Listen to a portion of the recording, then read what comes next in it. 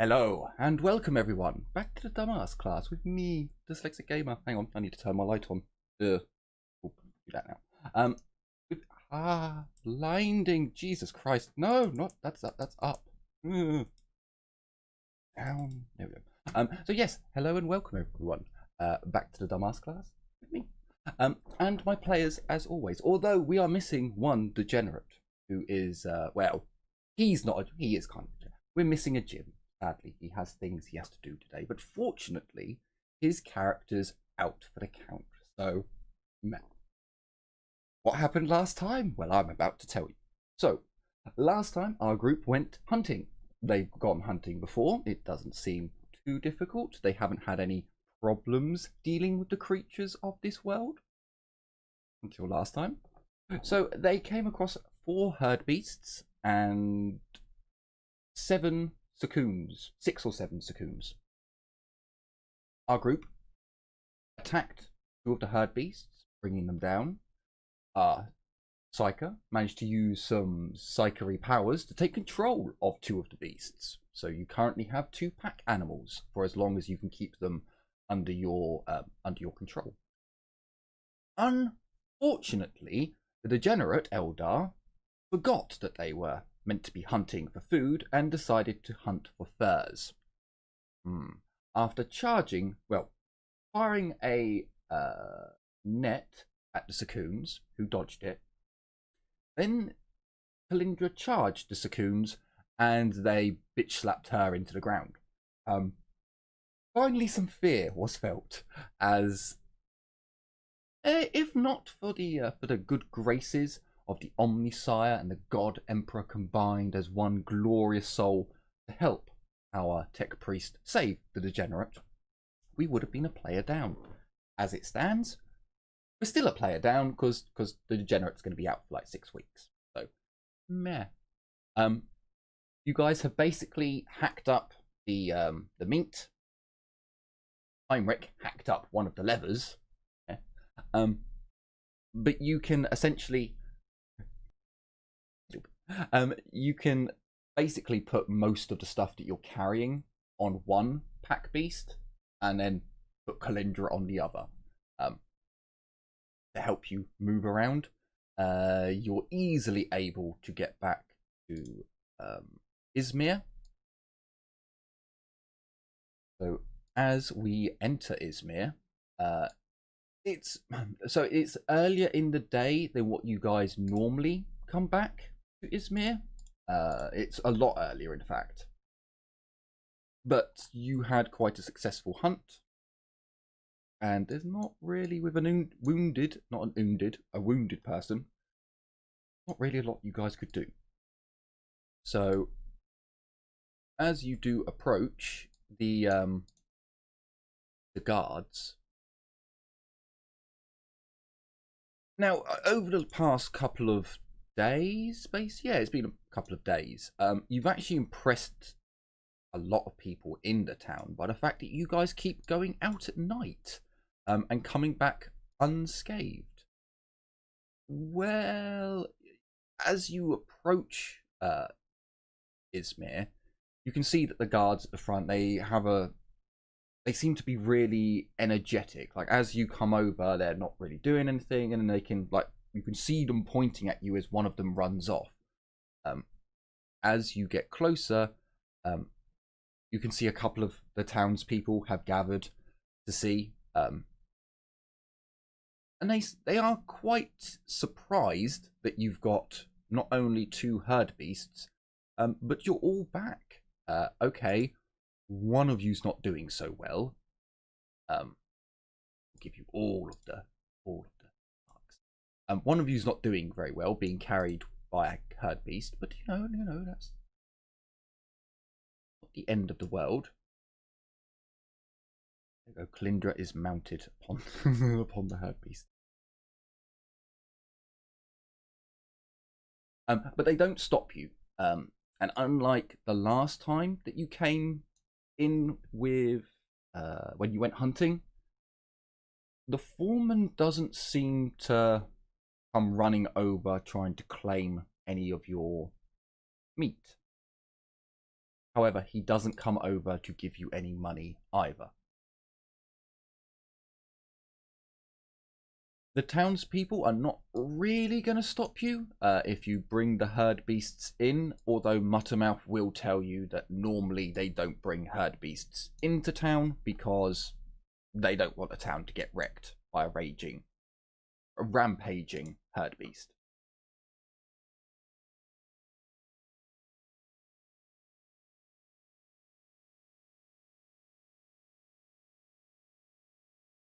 And they do seem quite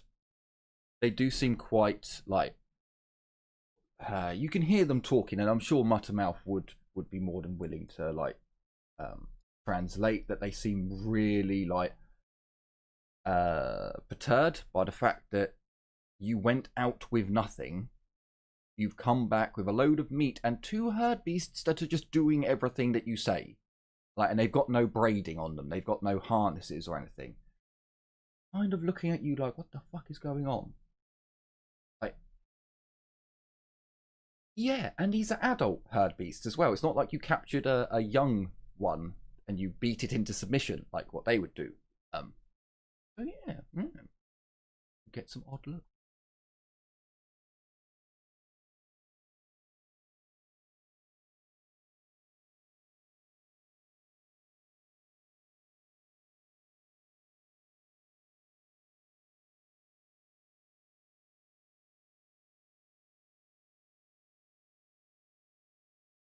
The forge.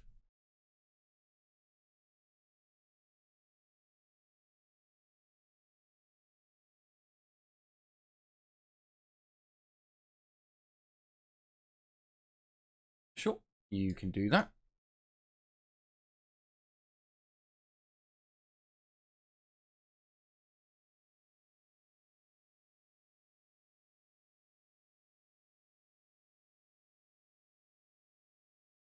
Yeah, sure.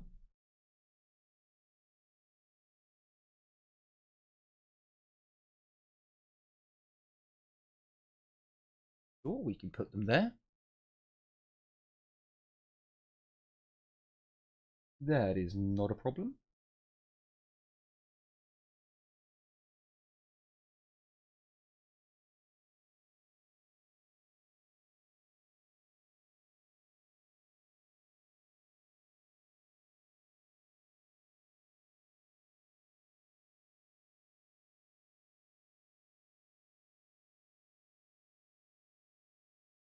So he is working on some pieces. It doesn't seem. Hang on, you left at that time. You came back, so it's probably about 3 o'clock. 3 o'clock, 2:30 in the afternoon. He's like the forge is still going. Um, there's still metal workings in the forge that he's working on, but he doesn't seem to be in any rush. You know, he's just doing everything at a leisurely pace. Seeing as you guys were going to start work on the forge tomorrow. I believe it's still the 15th. Yes, it is.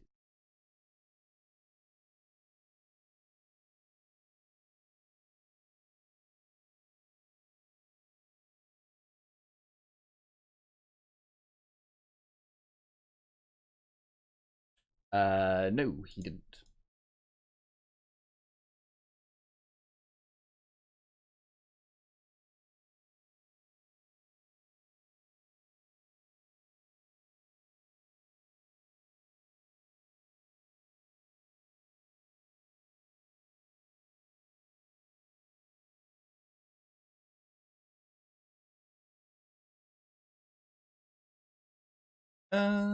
Okay. So Muttermouth translates for you, and he look like his brow furrows for a moment as you're like a brownish coloured metal. Some more strange gobbledygook language goes on between Muttermouth.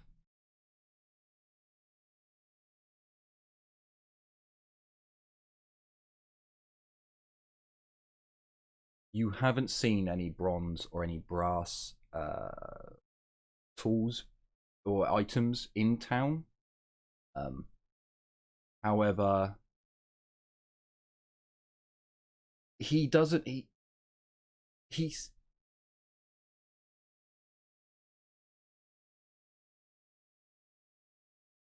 Well, that's only on our world, and remember, these people did not come from a primitive background. They have become primitive over time. So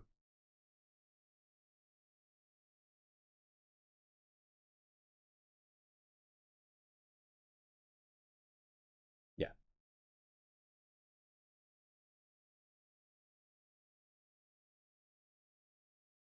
So he like, obviously there's some weird language between Muttermouth and him. Um Muttermouth doesn't like mate his brow furrows, he starts scratching his head, and he's not entirely sure about a brown metal. But he points to Muttermouth, who is orange in colour. And some weird gobbledygook language comes out, and he reveals a very small copper coin, probably about the size of a euro, singular euro. Again, about the size of a pound coin, somewhere around there. Yeah. It's not a lot, and he like, before he like shows it to you, he rubs it on his clothing and really vigorously gives it a rub, and you can see where he moves his, goes to show you. It's a polished copper, so it's red, reddy orange color, and it's left dirt on his clothing. It's left I can't remember what it is now. Copper oxidizes. Has a, when you rub it, it leaves on your clothes. Yeah. So yeah, he presents that to you, and Muttermouth explains that this was a rare find for him. They haven't found much of this ore before, and this ore came from further up in mountains. So where they get their iron ore from, this was much higher up and more difficult to get to. He translates again a bit more, goes back and forth, and essentially the blacksmith tells Muttermouth that the ore higher up was much purer, much better, but he couldn't work it. There was something wrong with the ores up there, so they don't go to the higher points of the cliffs to get, and the mountains to get that type of ore. And he like shows Muttermouth, like he says to Muttermouth that this ore is too soft to use. Pretty colour though.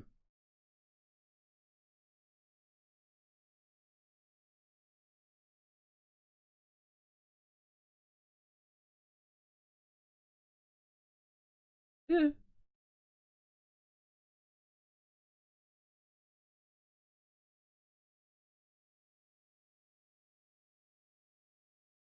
No, that's all he has. He says there is more. It's difficult to get to. He could get more, but he doesn't see the point, because there's very little trade that really goes on, and it's too softer of a metal to be used for tools.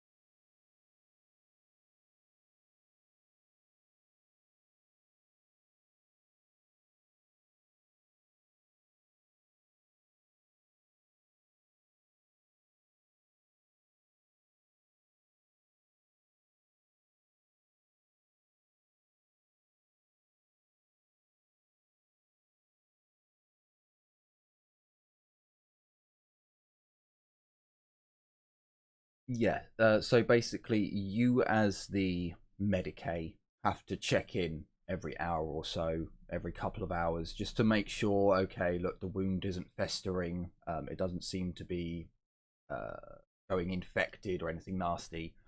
But pretty much the others can just keep an eye on her, you know, wipe the sweat from her degenerate brow and things like that.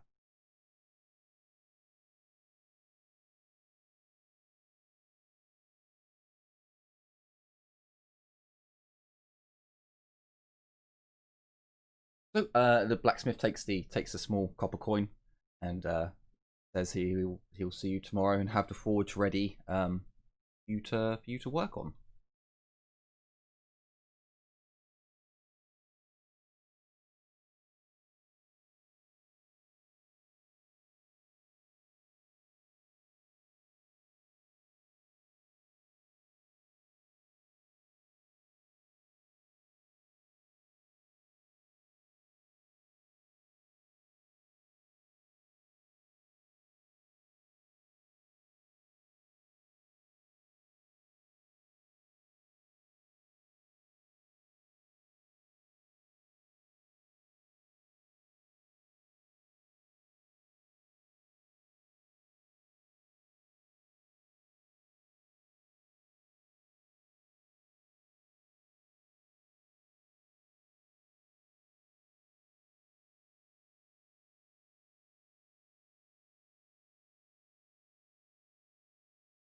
24 hanks of meat. Sorry, 12 hanks of meat. Each hank of meat will feed your group for 1 day. You've got 24 at the moment.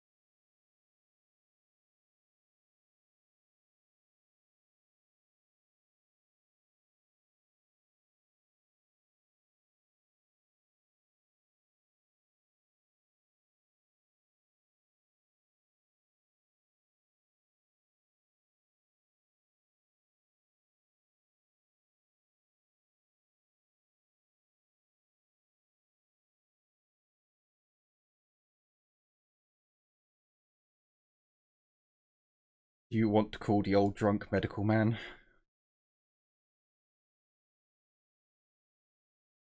Comes over, pisses on the degenerate, tells you that she'll be fine if you give her the breath of life every 24 hours. You ask about the breath of life. He informs you that you have to squat over her face. Squeeze and breath of life. She'll love it. It'll be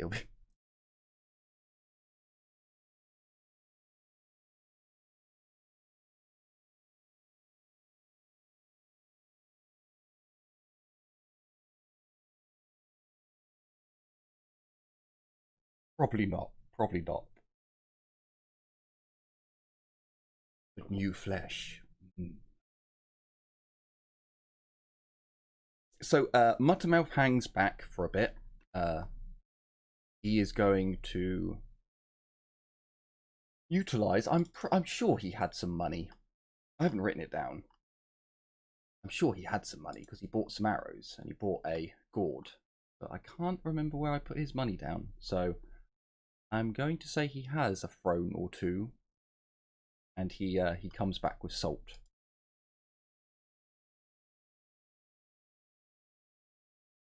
And you can see that Muttermouth begins salting your meat.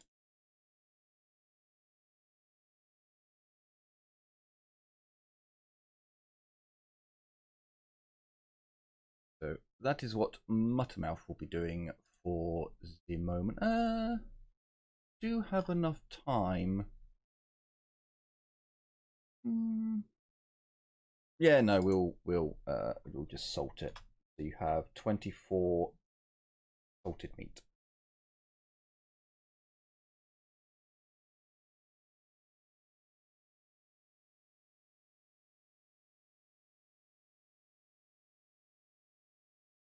Pretty much everything that's in the file. There are some things that are exceptions. So, for example, there's the arrows that Jim bought have nets on them. The ones in the book also have toxin attached to them. These ones don't. They're just the basic ones.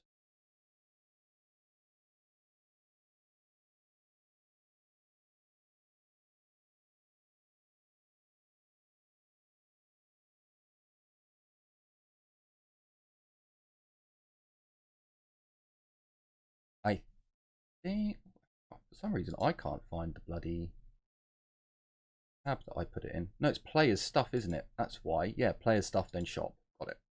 Let me have a look here. I believe so the bone armor they have, the skag fur they have, but they don't have banded armor, bracers, scale armor, or silk mail.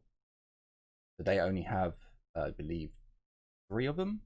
It was the skag fur. It was the the skag fur. The no, skag fur and bone armor. I believe that's all they have. Roll20's having a moment. Sure. Yep. You can. If you go over to the merchant, you'll see that he has all of his wares out, and he does have basically a suit of bone armor. Very, very strange armor indeed. But and I believe that is the price for it. Let me just look at. Oh, I shouldn't have made so many weapon sheets. No, it's Izmir. Its locations. Izmir mining settlement. Because they had some stuff for free. That's how Jim got his bone armor, I believe. Oh, come on, Roll20. Have a ha. There we go, it opened. Thank fuck. Do.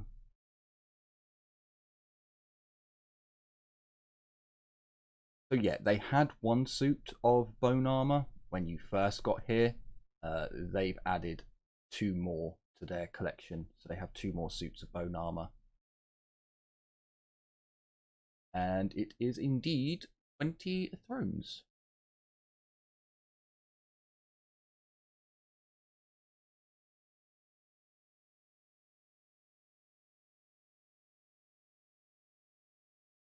Oh, they do have, and I don't believe anyone took this last time, they have 1 set of heavy leather armor, which is arms, body, legs, AP2, but it is 100 thrones.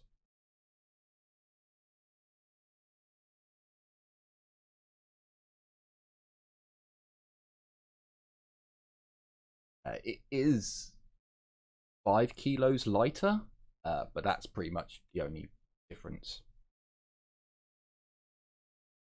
2 primitive. You do have 1 hide from a herd beast, which would be enough to make you 1 chest piece, but I believe that's light leather.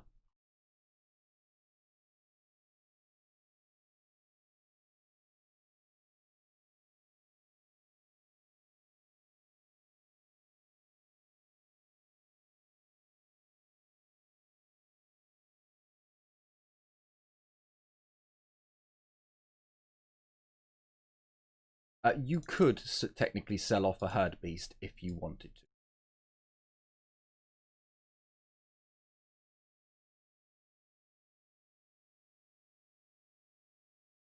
Or technically, you'd need to talk to the foreman about the price. You do know that for a, I got it here. Hang on, settlement and that much for that, mining, that much, hunting.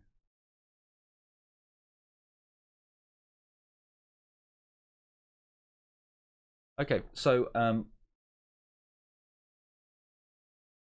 for the pelt, they would buy that off you for 50 thrones. The herd beast itself, when you speak to the foreman, he has a look at the creature. He's kind of perturbed by the fact that it's so docile. And, you know, he's like going up to it and like opening its mouth, looking in its ears, looking up its ass, you know, checking all the areas to make sure it's okay, it's not diseased or rotten or dying, which animals that are wild and acting very docile, normally they have something clinically wrong with them. These ones seem perfectly healthy. So he can tell that they are perfectly healthy. He kind of looks at you very suspiciously. Very, very suspiciously. But then he tells you, or Muttermouth tells you,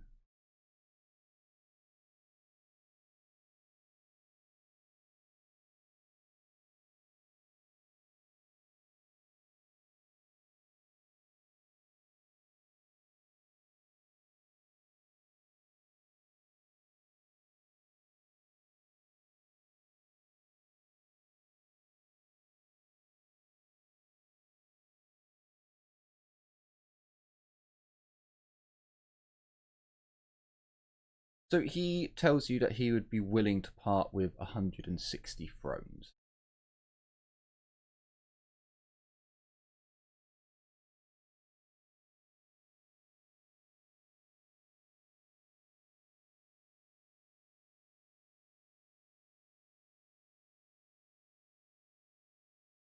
Sure.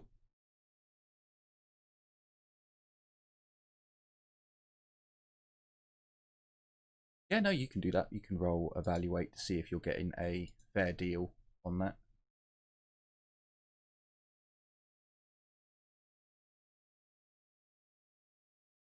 I'll give you a +10 because you can see that the creature's healthy.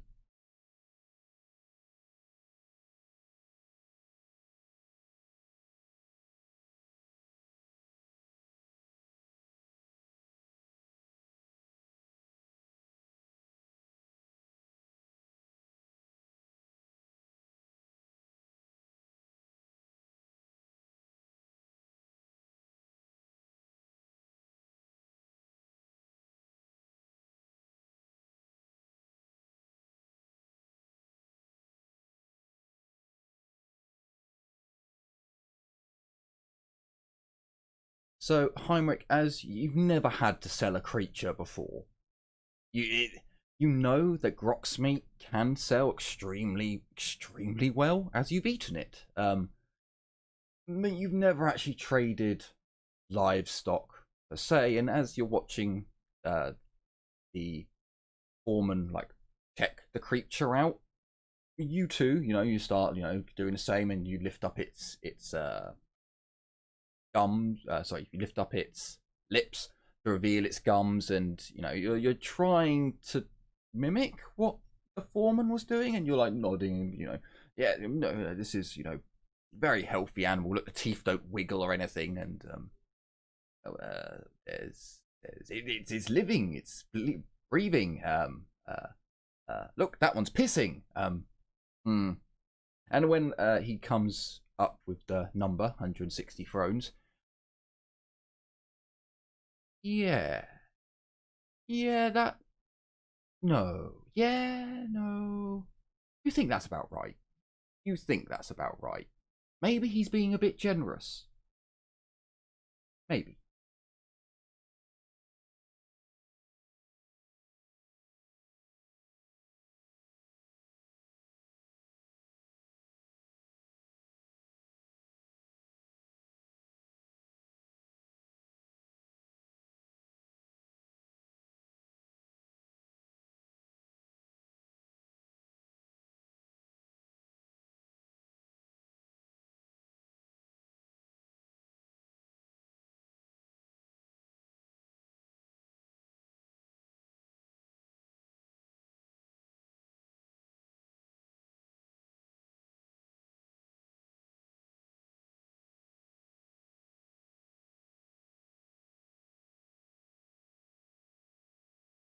Yep, the foreman, like Muttermouth translates that, you should kill it soon because it's like, and Muttermouth doesn't say it's under powers. He's like, it's being drugged or something. It's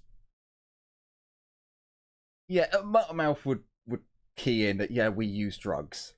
It's sedated, something along those lines, and then the foreman kind of nods along and yeah, he goes into his coin purse. He quickly counts out the correct amounts, and he hands over to Heinrich, because he was doing the negotiations, 160 thrones in 10 throne denominations this time.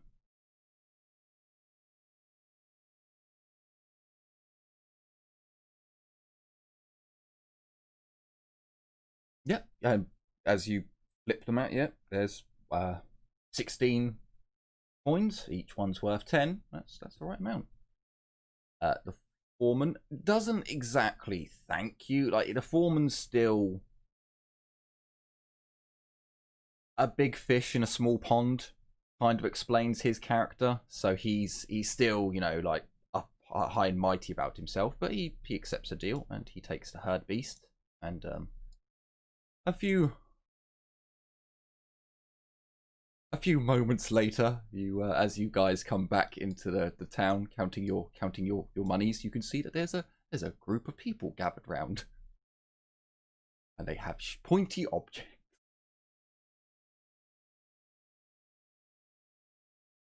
Let's give them a.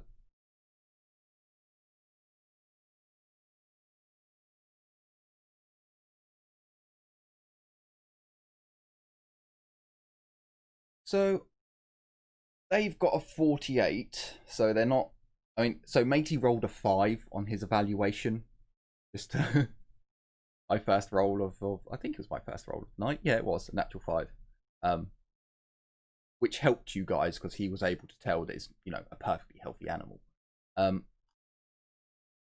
He's smart. Hang on a minute. Is he smart enough to really, like? I mean, he is smarter than your average. Oh, well. Okay. With a degree of failure, just one. They try to shank the creature.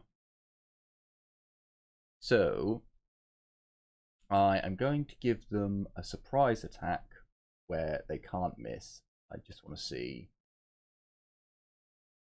There's 3 of them. Sure, we'll do 3d10. We'll see if any of them get an 8, a 6, and a 9. I don't think they kill it. I don't think they kill it in one go. What was their combat weapon again? Oh, goddamn you, Izmir. Rejects. Humans. Humans? I do have a human, don't I? Where are my humans? God damn it, did I not add my humans? Are they on the other game?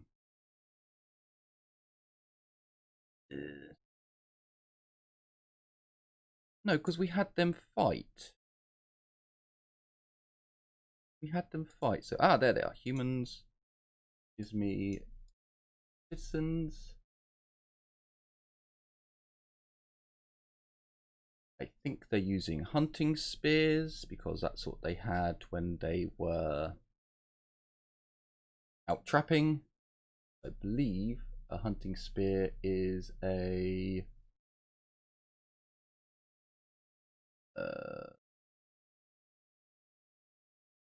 hunting spear. Where the bloody hell did I put the hunting spear? Ah, hunting spear. It is a 1d10 plus 3. Okay, so plus 3 onto all of their attacks. You got 12, you got 11, and you got 9. No, they can kill it. They can kill it. Because the herd beasts only have, I believe it was 3 soak. Let me just check. Animals, herd beasts, they have, oh wait, no, they have 5 soak. Oh, but they only have 8. They only have 8 HP. Ah, okay. No, they do kill it. Because the 12... Actually, the 12 kills it. Because that does 8 damage exactly. So no, they do manage to kill it in one fell... well, not fell strike. They're all stabbing it at the same time. But you hear this horrible cry of the creature as it is. Yeah, but it doesn't go mad. Sadness.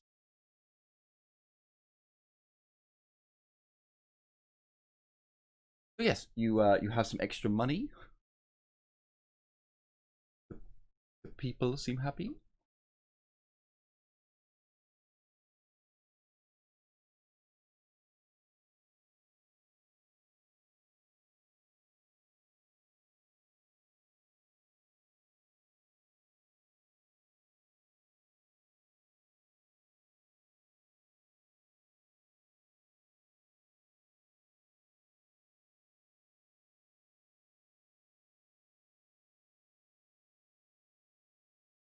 Indeed correct.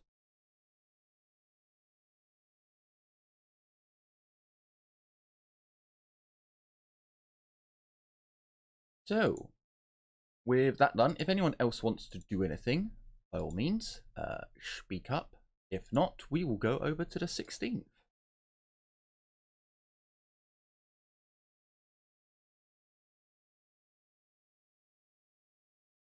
Okay, so another night of debauchery and drinking. However, nothing else happens. Just debauchery and drinking. I can go over there now. No, I can just gone.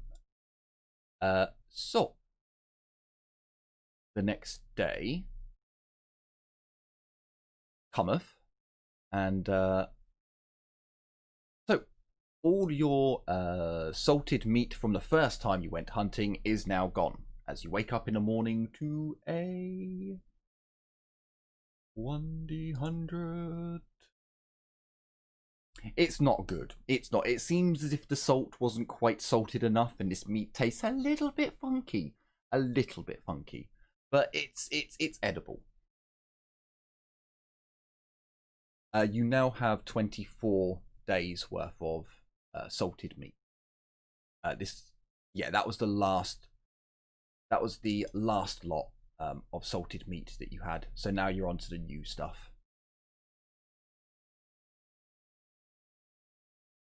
So, after I imagine our tech priest has had his noms, you'll see that when you go over into town, the forge has not been lit today.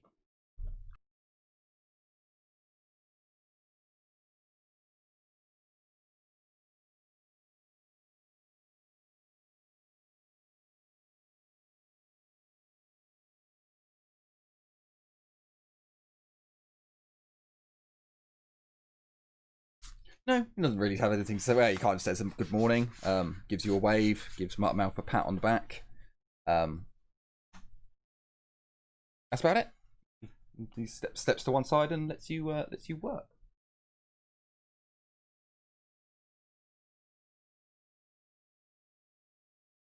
So, can I get a... So we'll first go with an Adeptus Mechanicus door roll. You get a plus 30. Yeah, you get a plus 30. The primitiveness of it makes it a little bit harder for you, but your overall knowledge of heat and metallurgy and things bumps you up. So Yeah, I think it'd be a plus 30. There's no other negatives. So with 9 degrees of success, you very quickly like clean a piece of the dirt floor. You just get a stick and you're like, okay, so if the air is coming in here, we need to have the flow of air being more directed to the center. We need this, this, and this. And okay, right. So you start taking apart the forge. Give me a, it's a bit weird, but give me a tech use test with a plus 40 as you are deconstructing and then reconstructing the forge.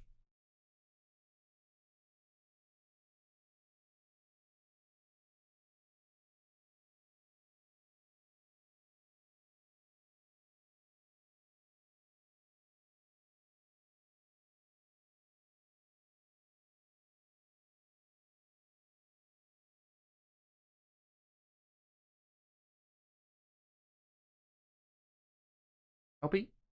Yep, can I get a tech use plus 40?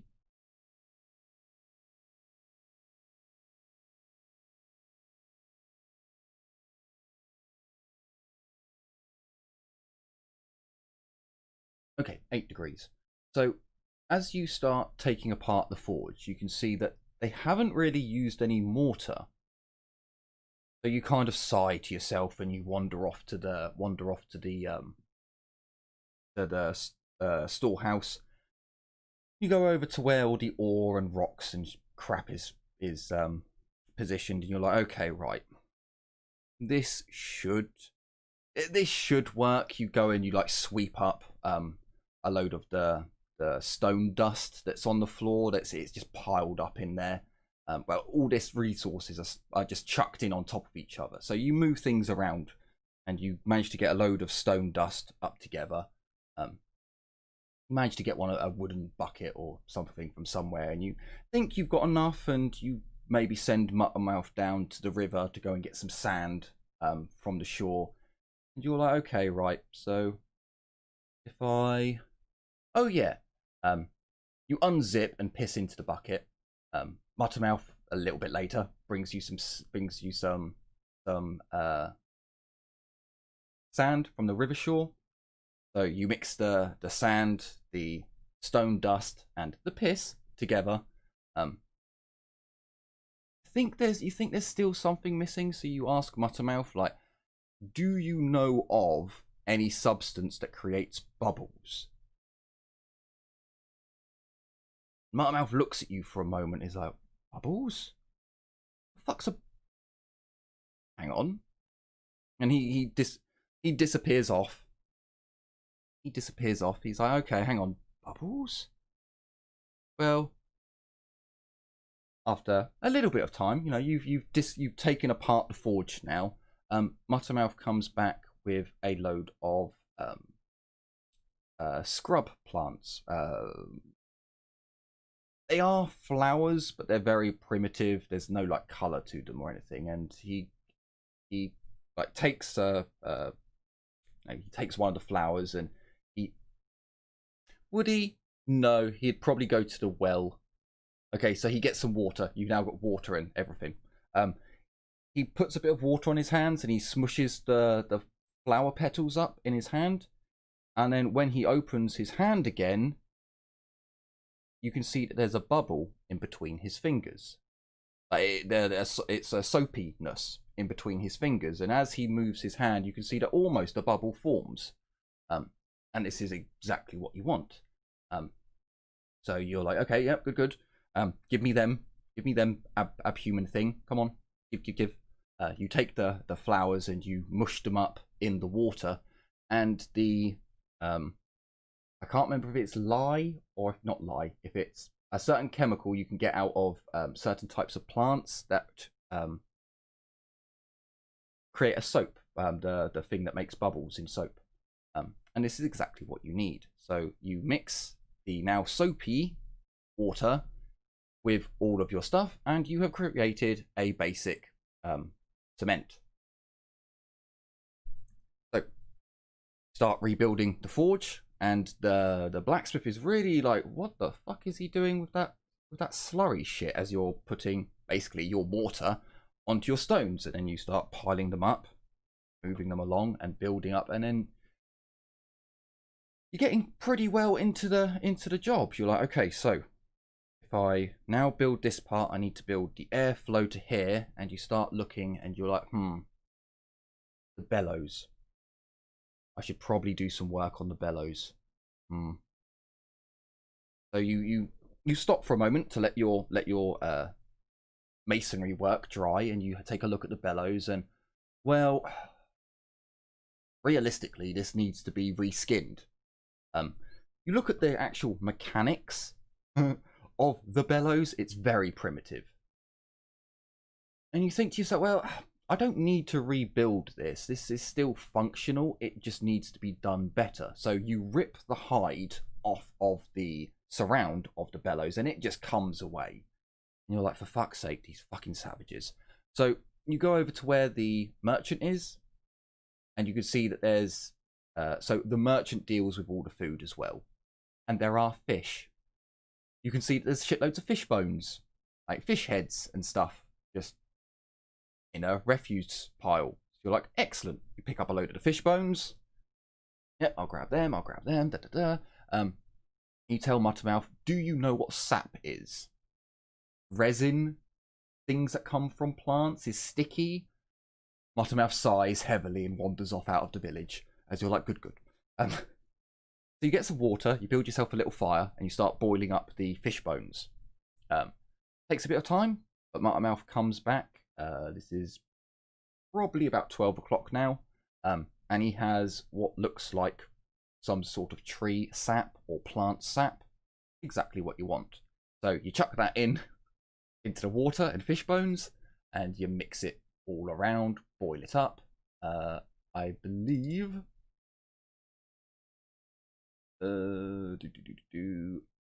Yes, I believe you now have a very basic form of glue.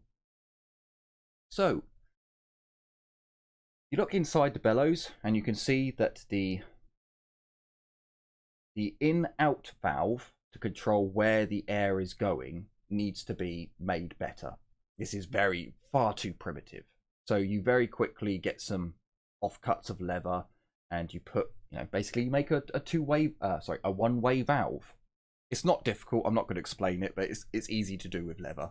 You can do it.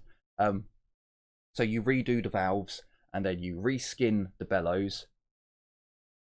You give it a little test whilst it's still wet. Just yeah, no, that seems good. That seems good. And then you think to yourself, well, I could make this more efficient by raising it up and having it done by hand.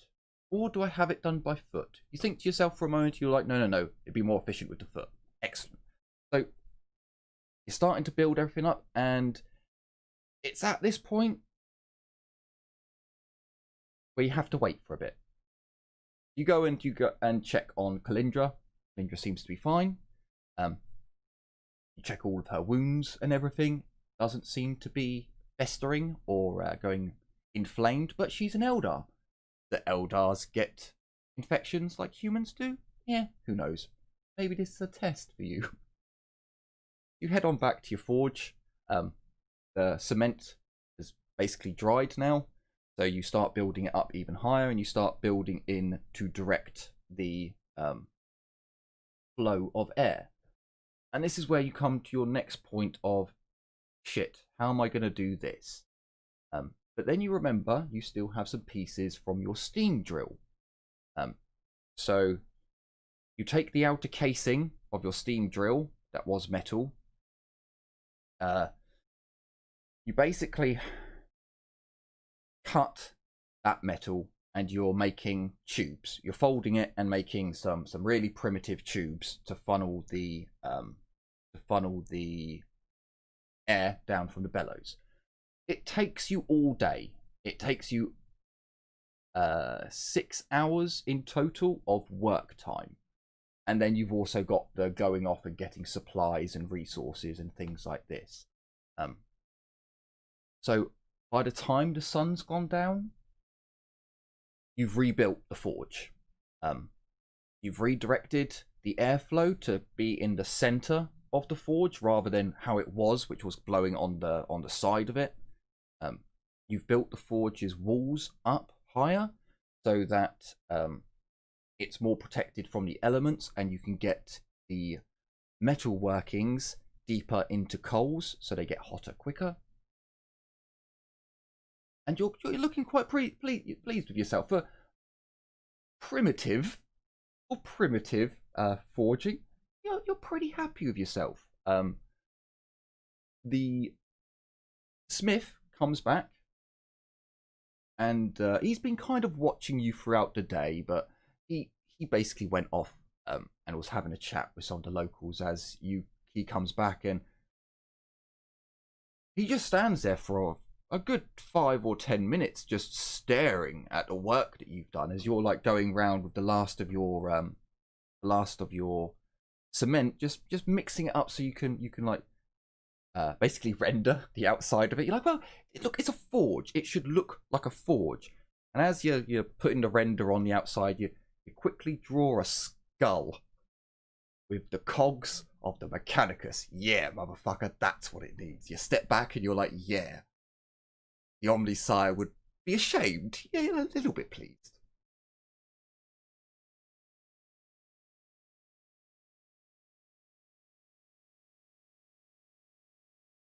The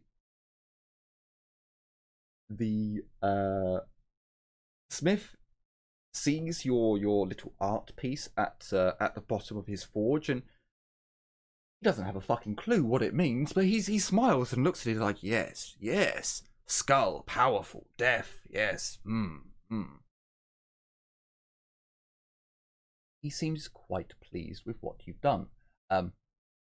You like bellow over to Muttermouth, who kind of gets up from camp, sighs heavily, walks over to you. Like, what do you want now?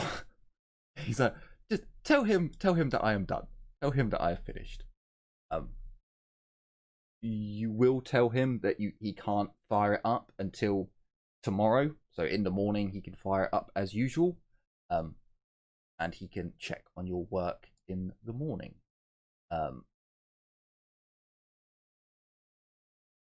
So he sees what you've done, and he smiles, and a big old smile on his face, looks really happy, and then points towards his furnace.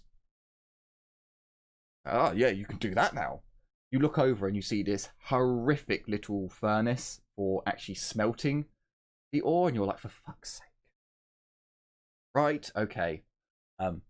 Give me another Adeptus Mechanicus intelligence roll with a plus 30.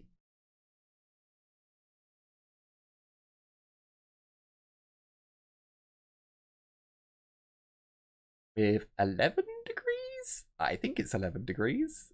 And I think it's 11 degrees. Because, yeah, you gotta get the... Yeah, I think it's 11. Because that's... Oh, no, it is just 10, isn't it? Yeah, it's 10 degrees. Okay. So, you don't have enough time today to get it done, but you send Muttermouth off because you're like, right, I'm going to need more sand. Go, Fox Boy. Go, get me more sand. And more... Yeah, and you head off to the workshop and you get yourself another bucket of stone dust. And you bring out some other pieces of stone and some other bits and bobs. You think you've got the plan set up. We'll do it now, so give me another tech use roll. This time with, plus 40, like last time. But this will be work that's carried out tomorrow.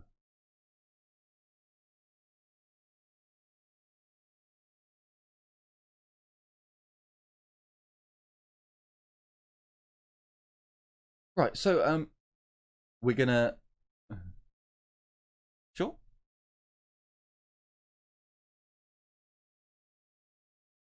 I believe it is. You did roll in the 80s, I think, or was it 70s? No, you've rolled in the 90s. So yeah. So we're on the 17th. So I need to...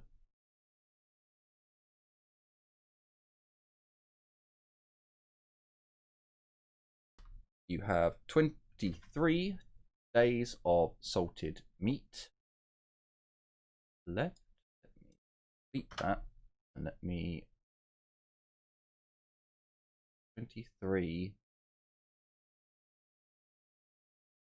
salted meat, 23 days. Yeah, no, that should.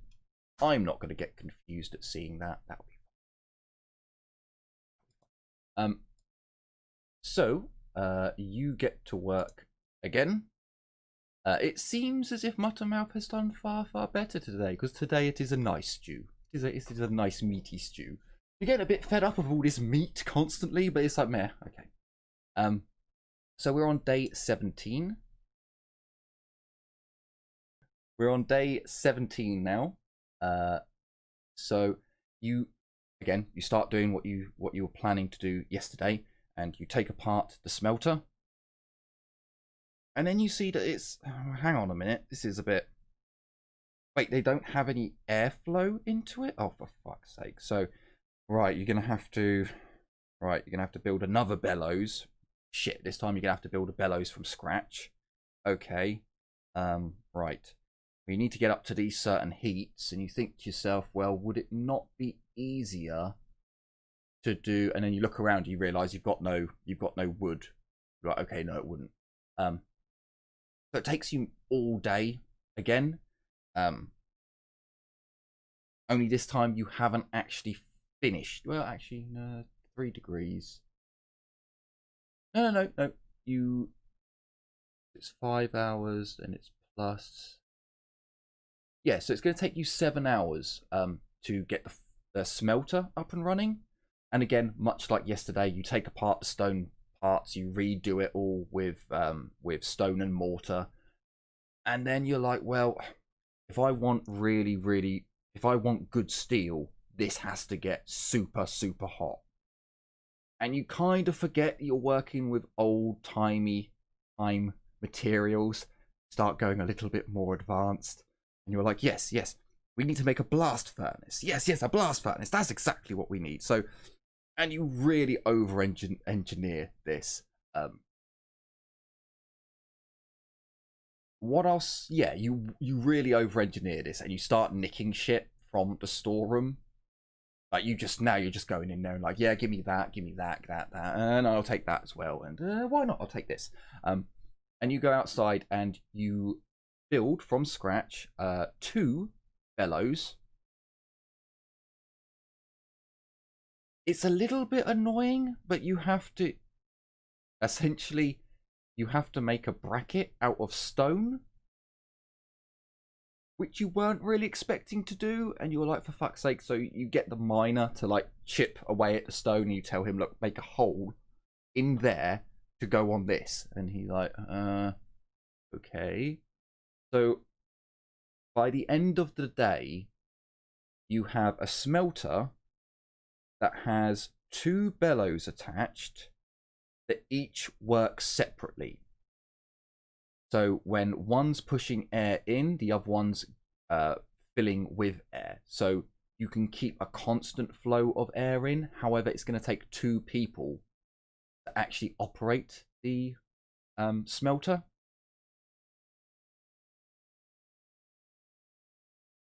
You were trying to do that at first. You were like, okay, so if I set this up like this, then I could have, you know, a rocking system so it can. But you quickly realized that no, I need metalworks to do that, and I need components to do this, and it turns out you just don't have the materials on hand. So 2 people will be needed to each one work a bellows. And you're a little bit disappointed, but you know, end of the day, it's a primitive smelter. As you start rendering the fucking thing, you're like, right, okay, I've got it nicely rendered now. I suppose, you know, another cog here with the omnisized skull and a happy little skull. And yeah, by the end of the day, you are working well into the night. However, this time, and there have been a couple of times when, like, maybe Abby or Heinrich have run over and been like, look, can you come and actually check on Kalindra, for fuck's sake? Well, you're meant to be looking after her. You're like, fuck, okay, yep. Kalindra seems to be doing all right. She is getting a bit of a sweat on. Nothing too serious. And when the blacksmith comes out, he's been working the forge. Yeah, he's been working the forge today. And as you've been working, you can just see that the coals in there are now getting to an almost white in heat. And you can see people walking past the blacksmith just like, fuck, like when you open up an oven and you get that face full of heat. Like, people are now avoiding the forge because of the heat that's coming off of it.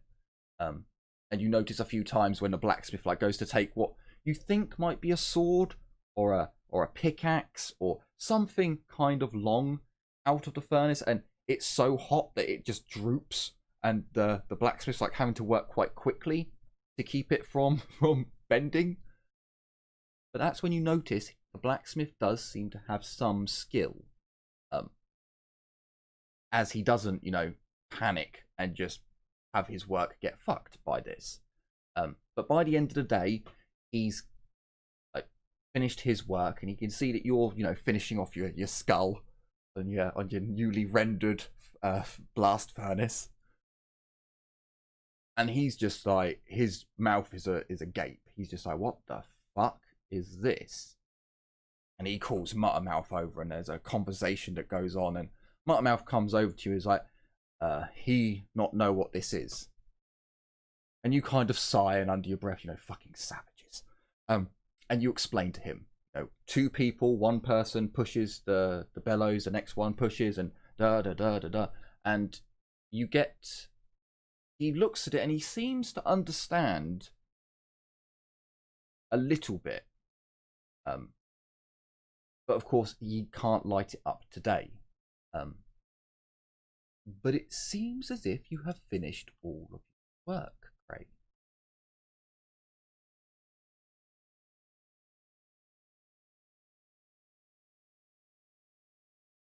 So, okay, you give me Adeptus Mechanicus lore check. You're going to have a -20 this time.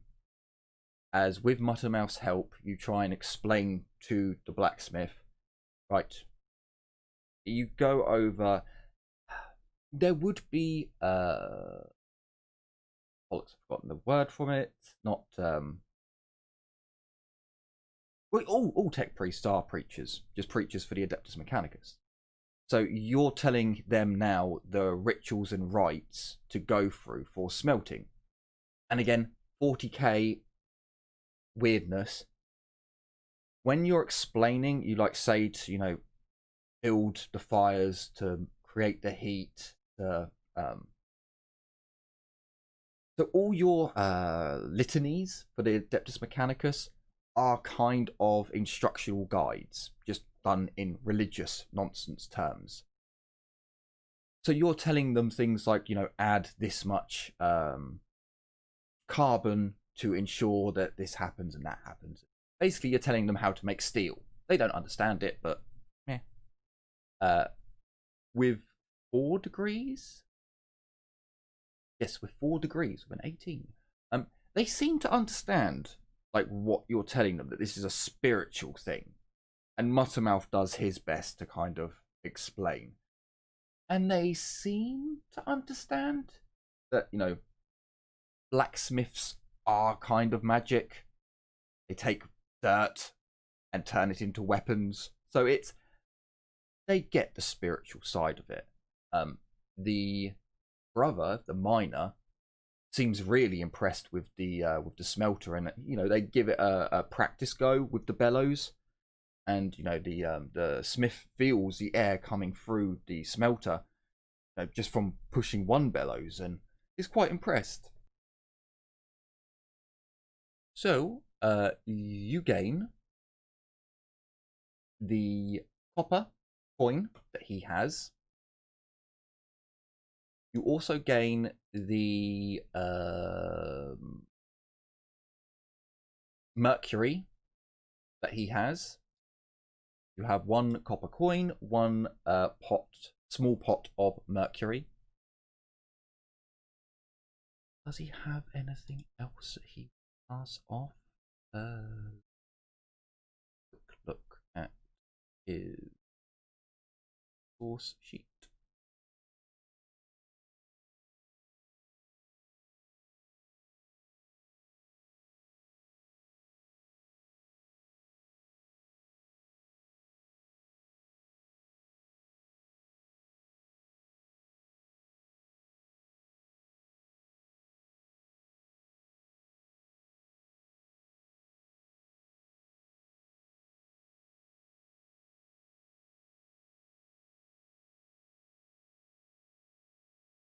Oh, right, yeah. Yeah, he can do that. He can do that.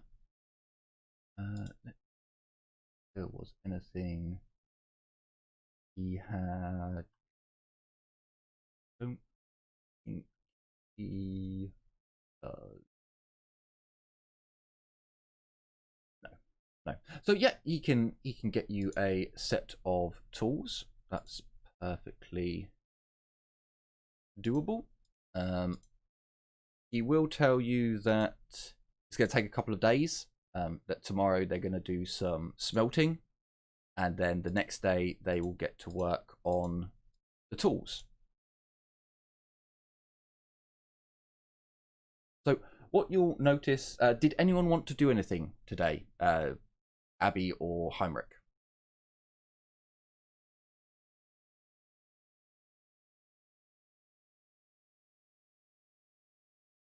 I shall take that as a no. Um,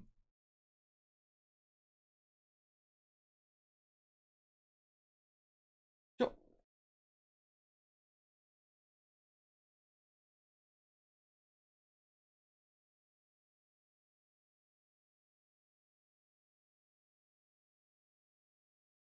Yeah, no, that's fine. This is pretty much a tech priest kind of session. So that's quite alright. No, that's perfectly fine. It's a good session for that because yeah, it is tech priest kind of heavy episode. So we'll pass over another night. Cray, you would notice that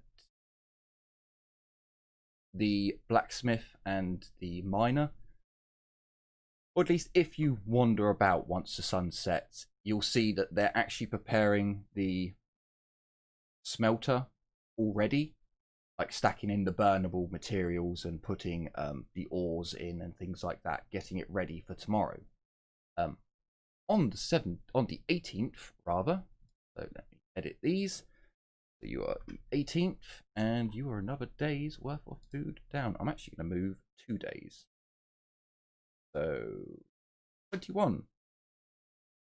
21 pieces of meat. And we're going to skip another day because fuck it, we'll speed things up. So it's the 19th. So Craig, you go over and you like watch and see your creations in action.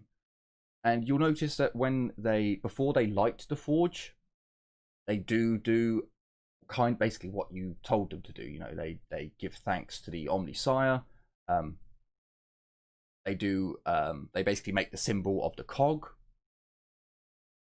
and then they start the furnace up. Muttermouth will probably be around, and he's just like just translating for you. And basically, the heat that comes off of the furnace, like they're amazed at, like they're shielding their faces, and it's the two brothers who are doing the working the smelter today for the first time. Big butch blokes who are pushing down, and every time they're pushing down on the bellows, they're like shielding their eyes, and even you, Craig, can feel the heat coming off of the smelter, even though you're stood back quite a bit.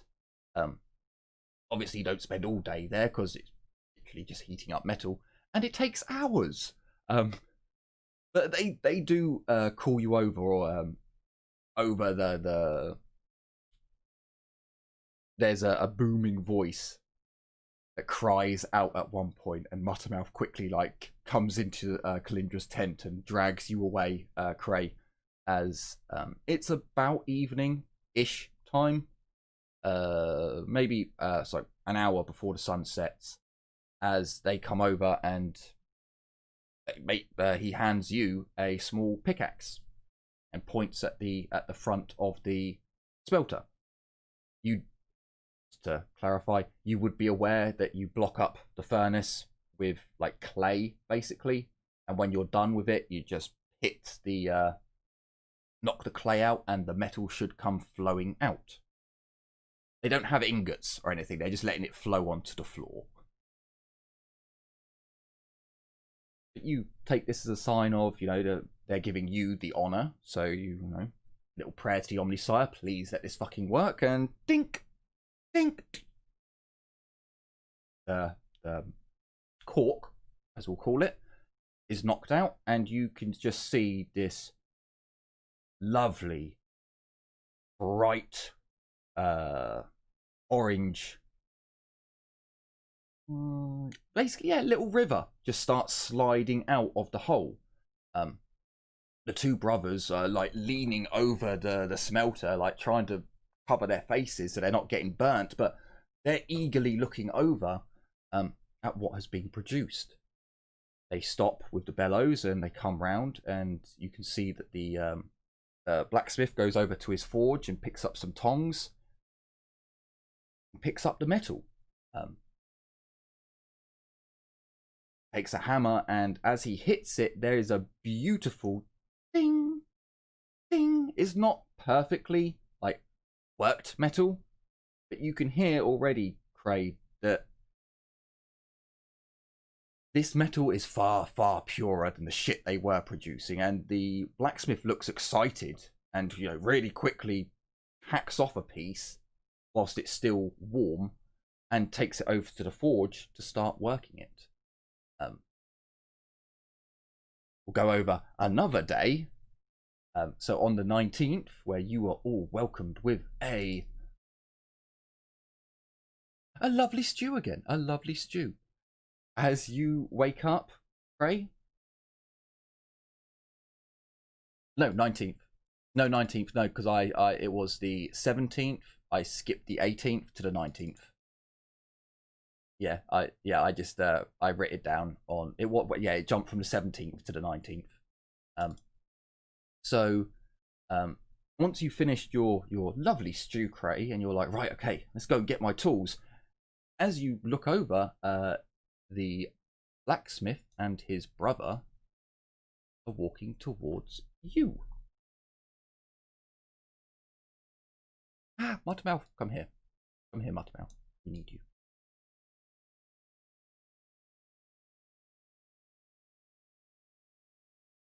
So, Cray, as you finish your stew and you, oh, fucking hell, well, they came over to me. They have got the biggest grins on their faces. You know, you guys don't know their names yet. Can you see their names, just to double check? Everyone can see their, okay, cool. Just double check. I've made that mistake before, where only me and Soon Raccoon could see the names. So I need to swap them round that way and that way. So as the blacksmith comes over, the miner goes towards Muttermouth, and you can see they're talking. The blacksmith comes over to you, Cray, and hugs you. Just bear hugs you, comes over, grabs hold of you, lifts you up, struggles to lift you up. As he plonks you back down, he takes a wrap from his from round his back, holds the piece of cloth as he unravels it. You have a set of snips, so wire cutters, or shears, or I just see that gif with the toaster. Or yeah, basically metal snips. You have a flat-headed screwdriver. You have a posi screwdriver. You have a file. You have a chisel, a set of tongs, a blacksmith's hammer, and all the accoutrement that you would need for forging, for blacksmithing. And you also have basic electrical tools. No, sorry, not electrical tools. You have basic tools, carpentry and screwdrivers and Phillips are basically carpentry tools. Carpenters, builders use them, so yeah. So you can add into your character sheet that you now have basic tools. These will allow you to do work on technological things, but they won't give you a bonus. It's not like advanced tools, but you now can work on them.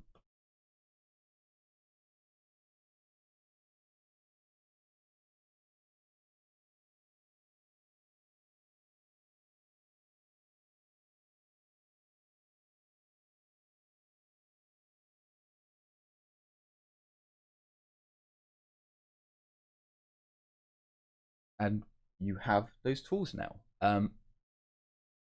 You finally get put down and you're looking at your tools, you're like, oh wow, they're actually quite nice. And you start examining them.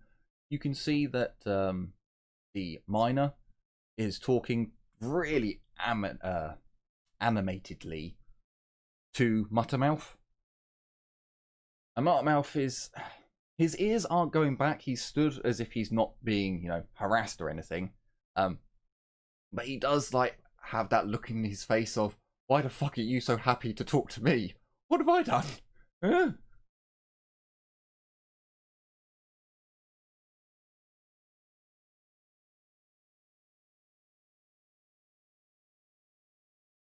Yep.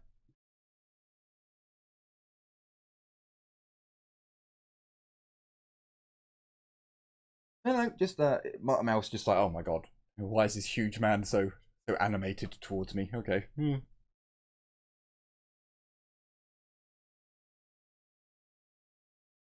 So after the big man calms down for a minute, Muttermouth turns to you all. Him say they do new works soon, thanks to, and he points to Cray.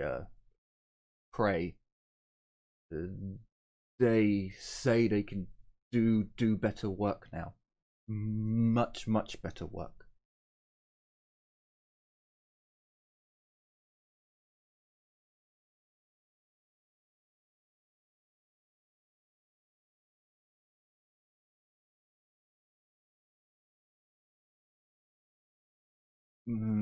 They and Muttermouth kind of is he's not 100% on everyone's names, but then you'd see the miner just gestures to all of you, and hang on, Muttermouth, can you move out the way? Oh yeah, it's Hansi. He smashes his hands on his chest and so Hansi, Muttermouth, Cray. Seems like they're trying to find out what your names are.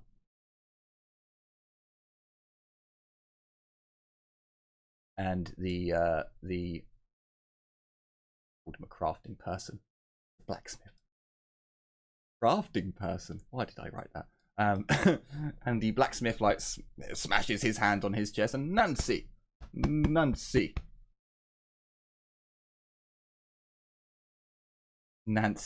and Hansi.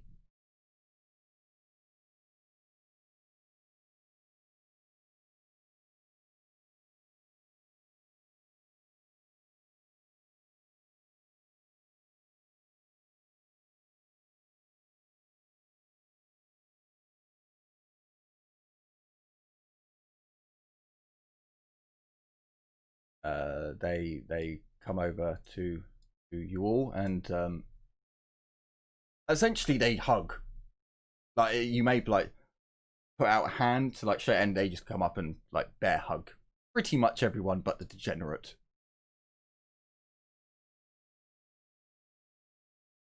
They look in at the degenerate and they're like, ah, no. They like wave and just, no. We kill. However,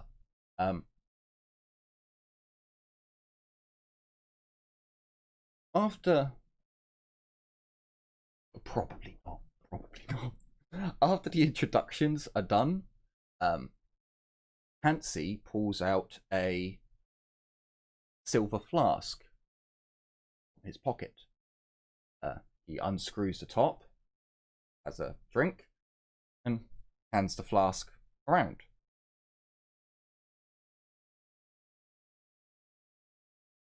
Does anyone take the flask for a drink? Okay. Cray, as you take the flask and you have a hit from it, give me a toughness test with a -10. It is very crude. Very crude. Amasek.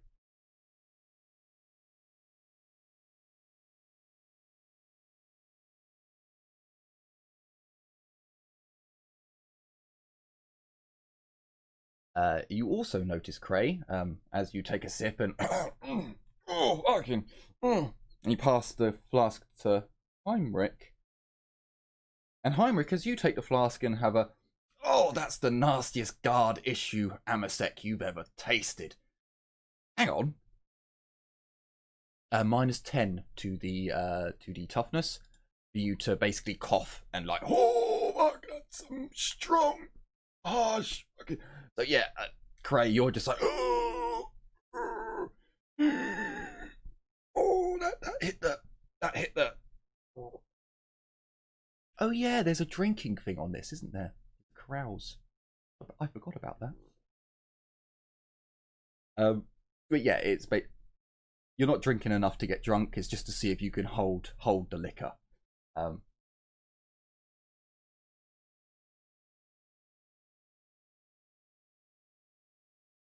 worries. Yeah, -10 because it's very harsh.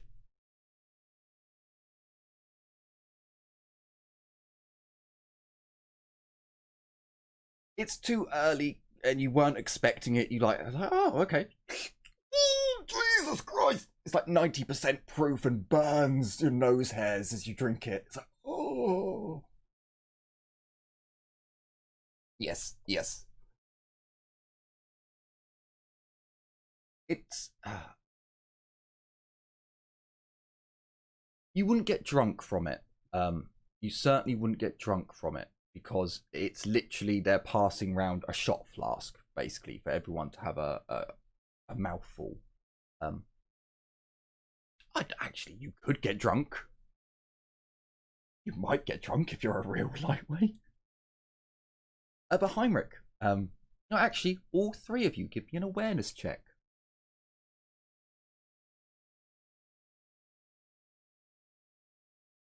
I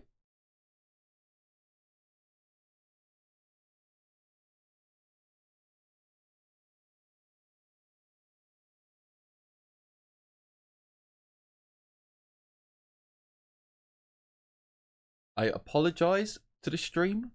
We may lose connection with the stream at any moment. I'm only saying this because my phone is just buffing. Luckily, the stream still seems to be up, but we might lose it. Just a warning to you out there in case. So, I believe Heinrich, do you want to give me an awareness check? What did you? Oh yeah. Never mind. So, Heinrich, it hits you a little bit heavy, and Cray, you only notice as you pass it to Heinrich, your fingertips went over something on the flask. Was there any engraving on that? And as Abby takes a, oh jeez, oh that's so hot, oh that burns, you like hold out the canteen for someone else, and then Cray takes in, Abby, you too feel, wait, did I just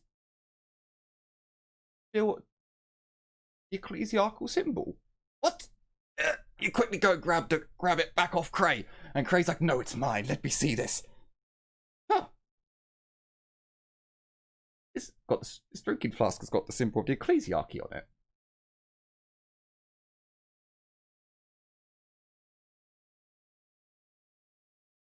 The religious, the ecclesiarchy. Like, huh? What the? And Abby's like, give it to me. I want to see. I want to see. I want to touch.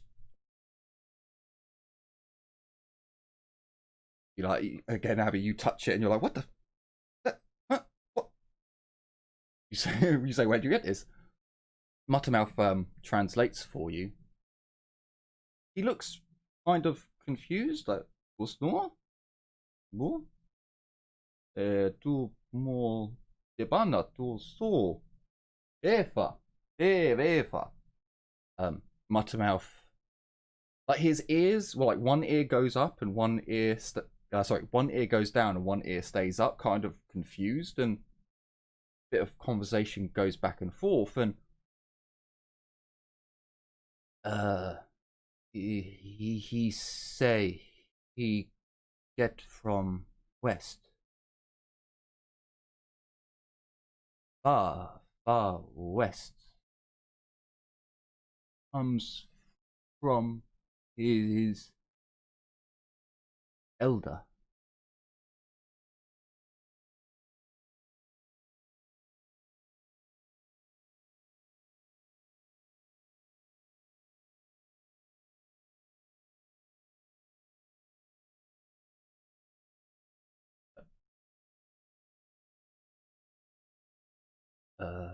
He say he come from west.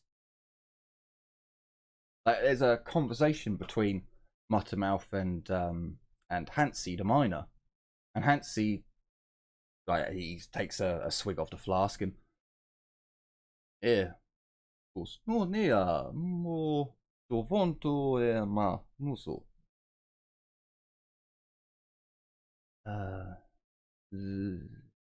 Hansi say he and his brother come from west on caravan, trade caravan,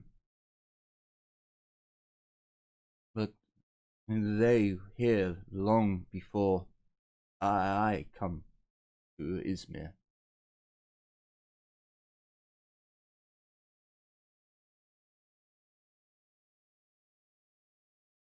Muttermouth says something back to him.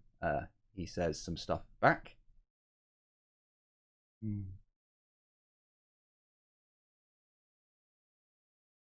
No. Don't have a map of this world, no.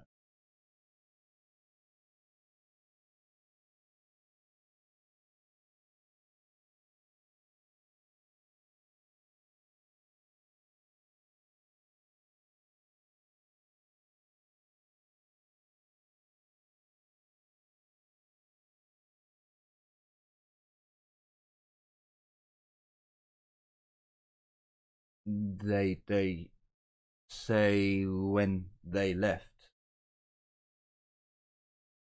15 seasons ago.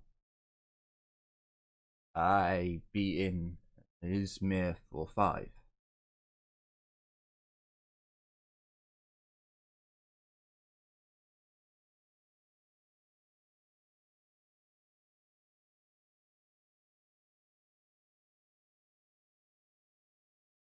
$15 No, 15. So when they do seasons, it's one round season. So they've been here for 15 years, and Muttermouth has been here for 5 years. Yeah.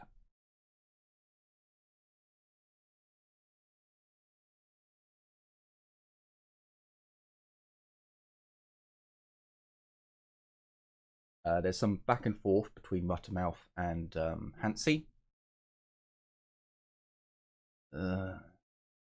Hansi says him and his brother wanted to see more. So they left their people. They went to forests to west, but they not like it. So they come here with caravan, and when they see how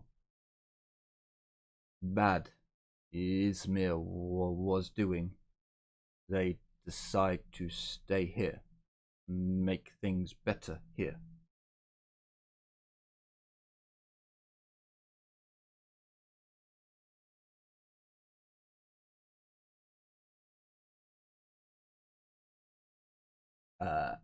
Hansi, sorry, Nancy.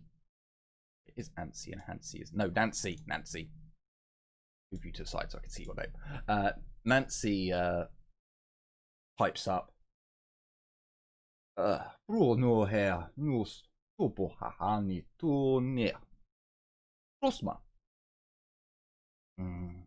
He say when they came, no metal workers, no miners either. Hansi and Nancy start mining and working and crafting. But people of Izmir, they say they strange. They not want to improve.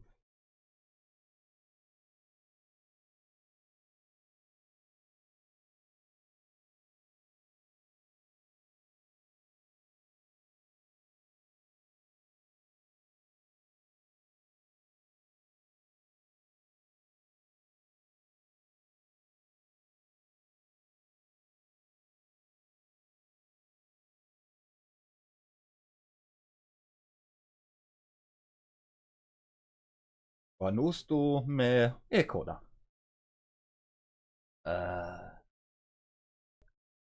He say that very nice. They kill you on sight.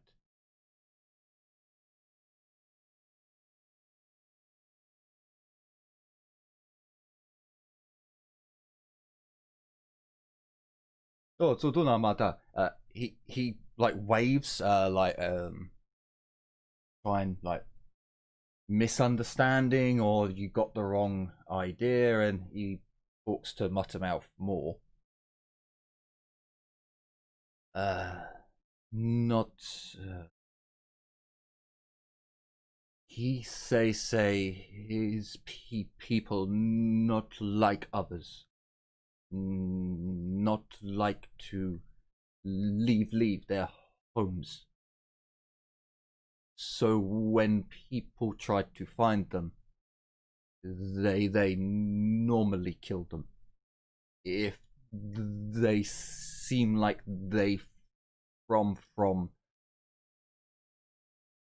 south, must do it like Muttermouth starts talking like quite quickly to Nancy and Hansi, like, and they talk back, and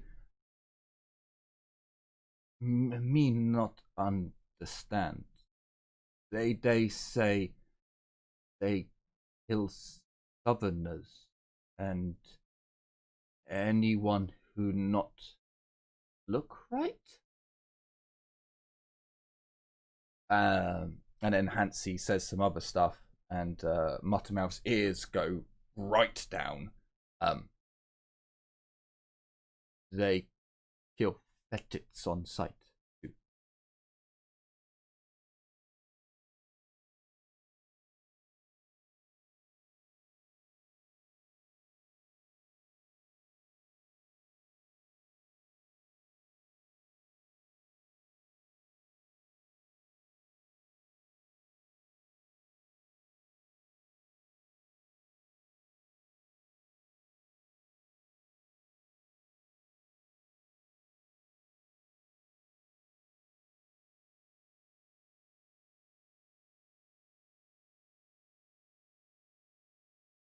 So Muttermouth like has a little back and forth, and uh,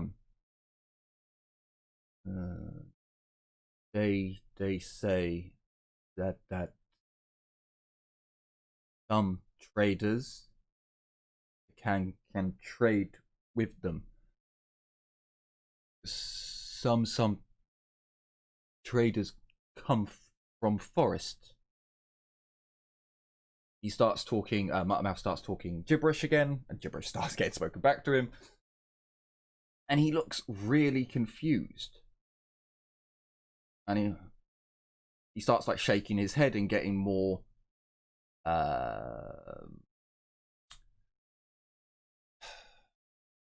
he's asserting himself more. Like it seems that way as he's like his ears are going up and he's standing taller and straighter, and but the two keep on saying the same thing. Not right, they liars. They say they kill fetists on sight, but they also say they trade with forest.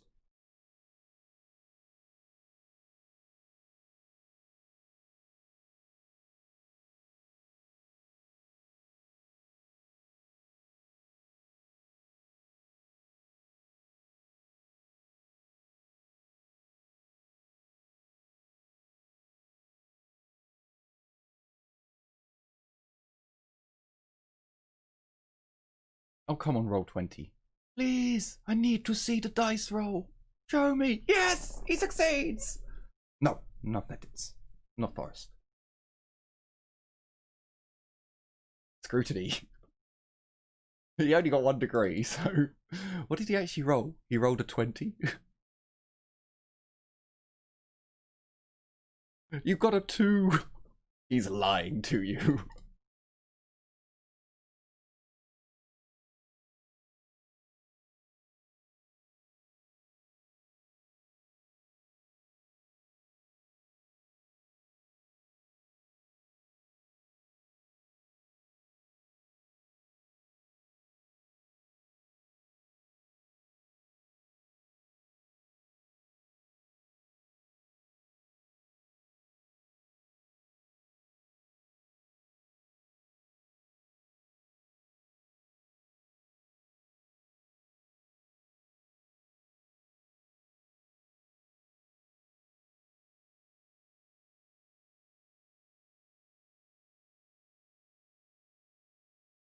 Uh, them say they have uh,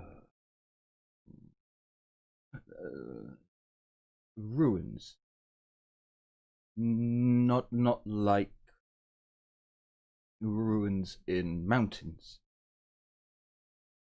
They say their village like ruins we see by shore, by river. But they say they tower, big tower that their people think holy.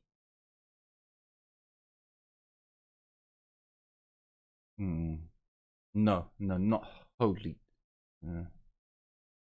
A bit more back and forth goes through, and more like it seems like Martin's really struggling with some of the terminology that they're using. They say they're elders.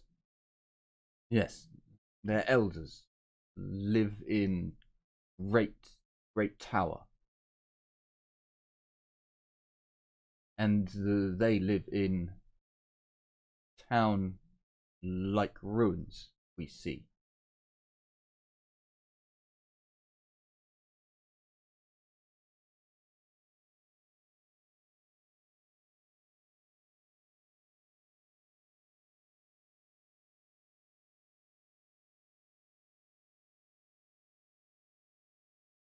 Bro, miesta, nie to. Hansi points to Nancy. Nancy kind of And he clears a bit of ground with his foot, and he takes out a knife and starts drawing, basically, in the dirt. Draws the bottom part of the tower, and he, as a craftsman, he's putting some detail into it.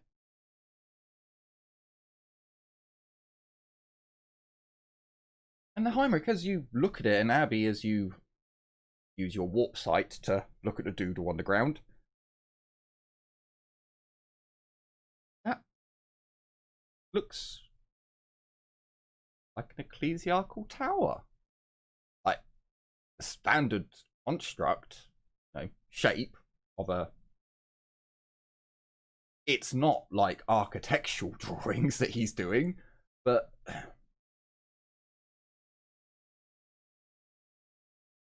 the yeah, it's like the silhouette. If you see a silhouette of a skyscraper, you know it's a skyscraper. And when you've seen 1,000 imperial spires and ecclesiastical towers, well, they're kind of standard template that are designed, most of them. It's just the filigree, the embossing part, which would be different and unique to each world. And it definitely, when you look at what he's drawn, it's the silhouette of something you guys have seen many, many times on different worlds.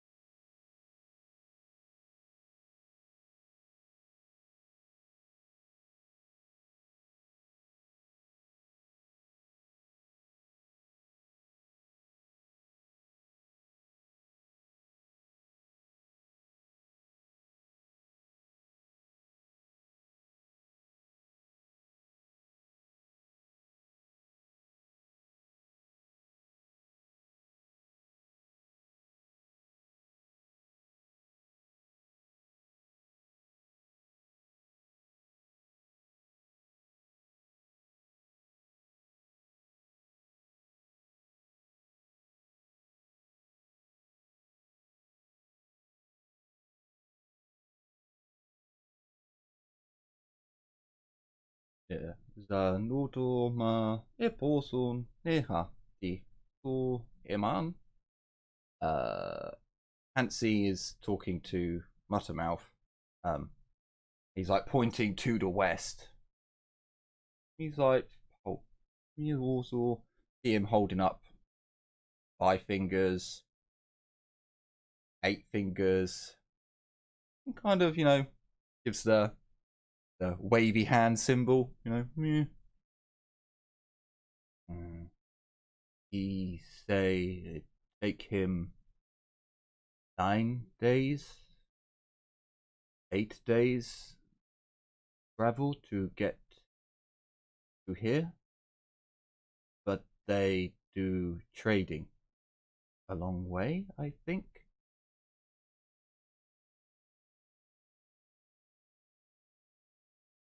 But I never see tower.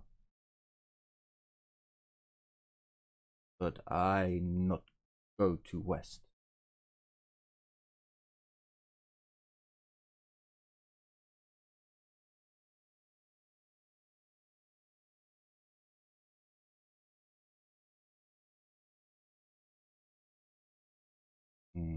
They say they kill me on sight. No.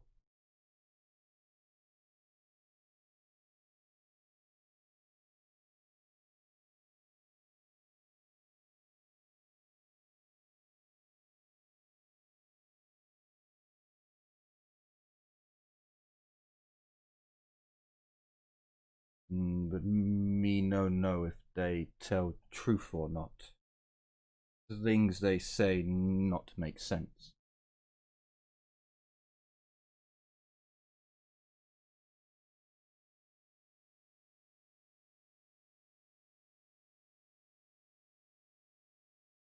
How you find out?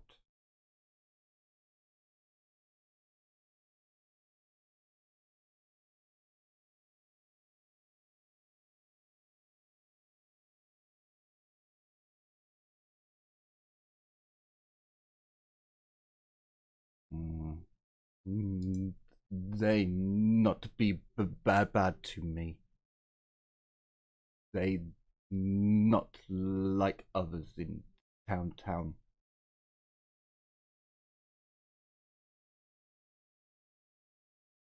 Maybe not best to do anything bad to them.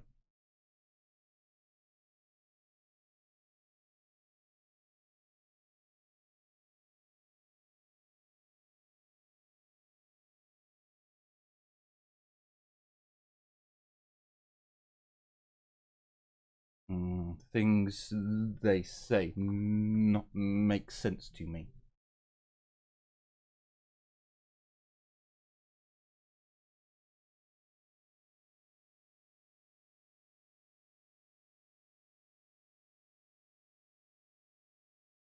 He kind of squints a little bit, his ears go down, and he ponders for a moment.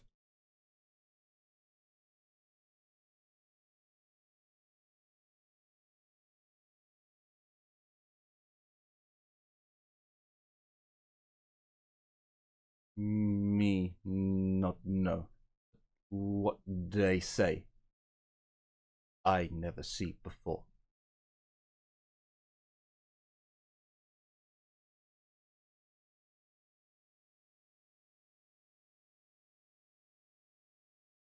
Oh, holy shit.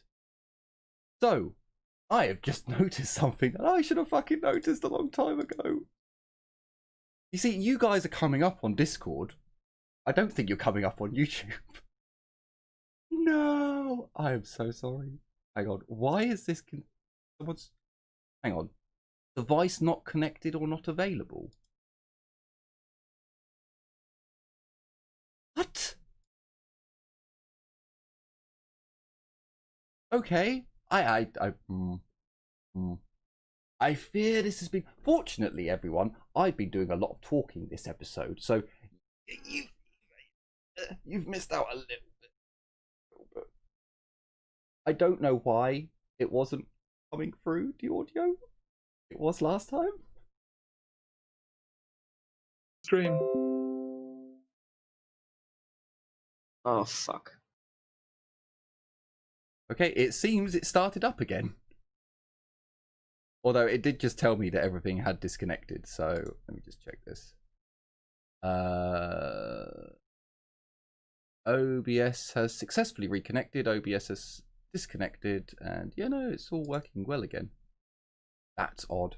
Right, let me just have a look. If I go right back to the start of the stream.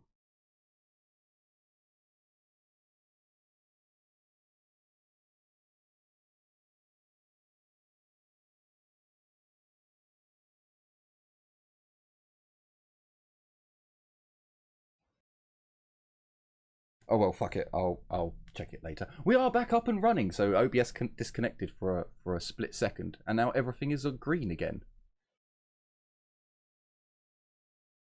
Yes, I may have not had any of your audios coming through for most of the stream. I'll have to check that next when the stream ends.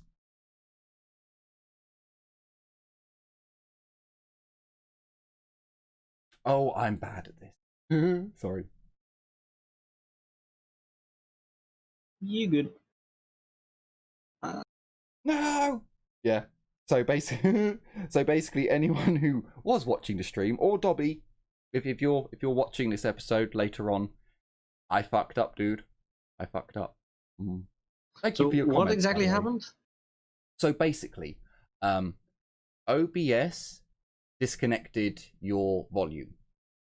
So for you guys, your audio comes through on a different setting to mine because it has to. It's coming from OBS through my headset. Well, OBS disconnected your audio from the device. So I actually had to click on the audio settings and set it to come through my speakers, through my headset. Which normally I already have set up. OBS, I love you so. Apologies, everyone. Oh well, it's not as bad as the time that I had no audio coming through for a whole episode. Shit. Oh well. So, yes, where were we? So yeah, Muttermouth, he doesn't. Degenerate's not around at the moment. Kind of has a problem with the degenerate out of all of you. So,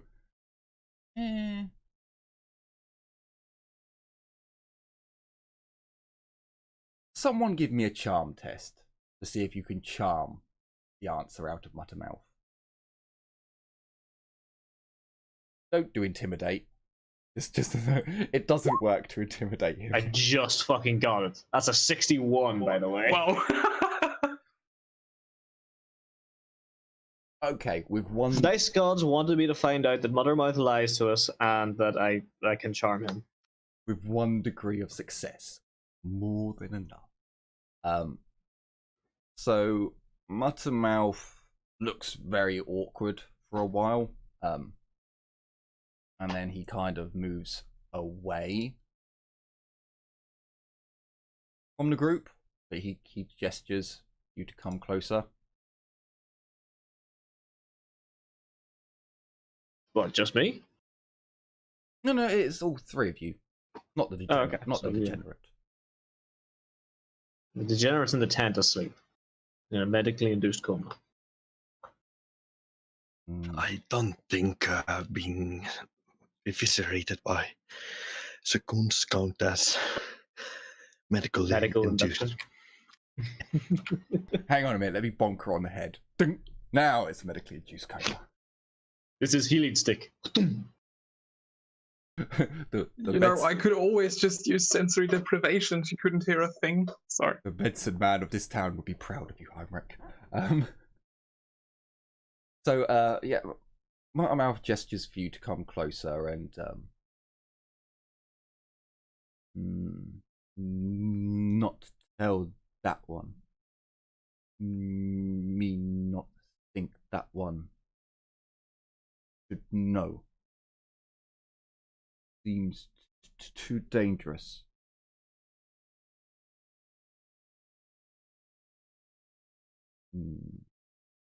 In northern part of forest, their great settlement of Fetid.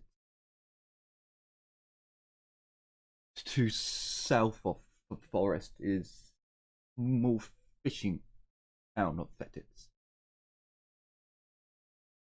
Fetids not trade with their people.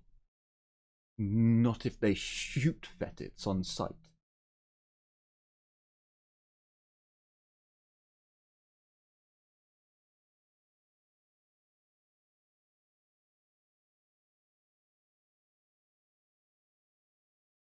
And we not have humans in our settlements. Too dangerous.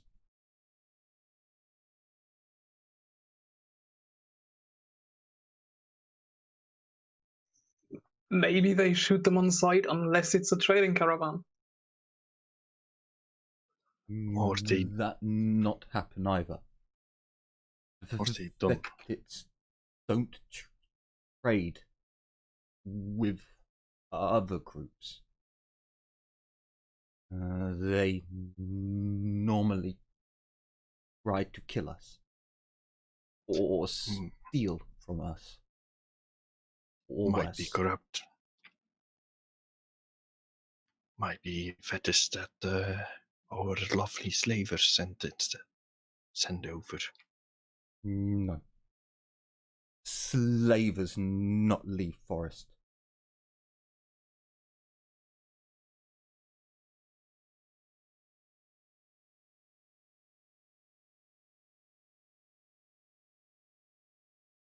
Anyway, we can probably protect you.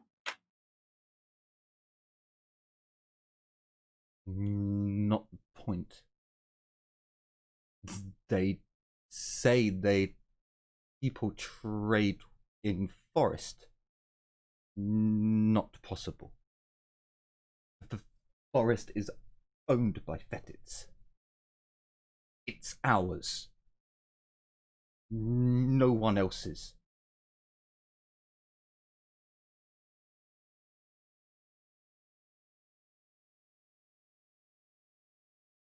Well, Maybe they are going off of old information. I mean, they've been here for 15 years, so...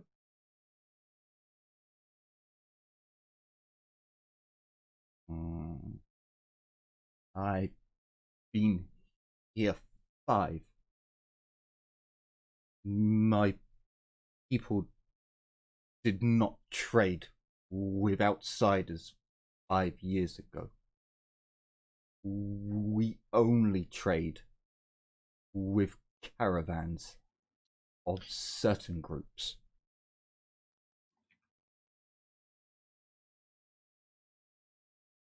are there other clans of Fetids out there?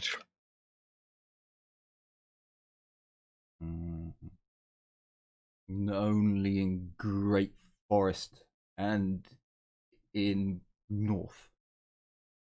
Far north. Where Sky God's chariot came down. Fetids make home there when bad times come. After bad times go, Fetids move to forest. We claim forest.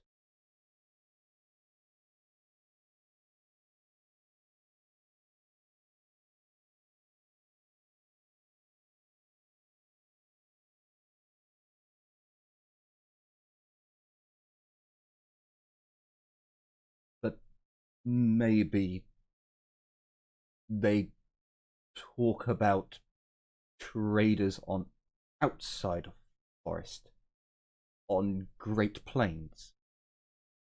Are there outposts surrounding your forest?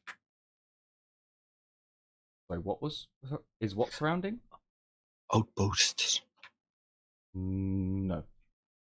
We have scouts,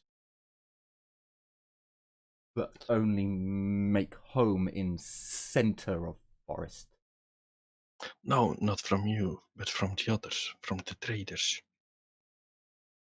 No outposts that I know of. Maybe a community on the plains takes wood from forest boundaries. Let it not attack those to take trees from boundaries of forests. Only if they come in do we chase them away.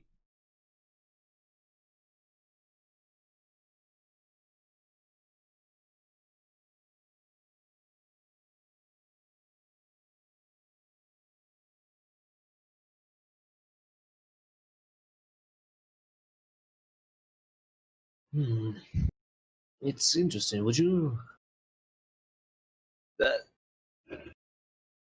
Does this news or idea trouble you, Muttermouth? It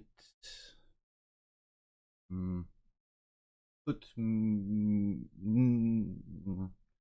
doesn't seem, he's like really twitchy and anxious about home.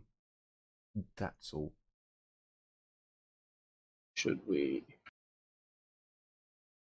investigate sometime to make sure everything is all right. Maybe these talk of trading.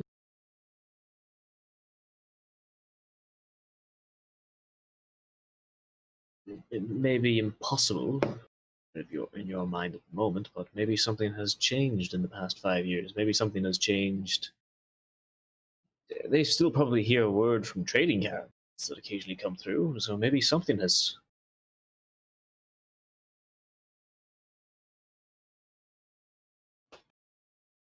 That's the only thing I may think of. There are traders who Fetids do trade with, but not what they said. Maybe things change, but for things to change like that, big changes must have happened.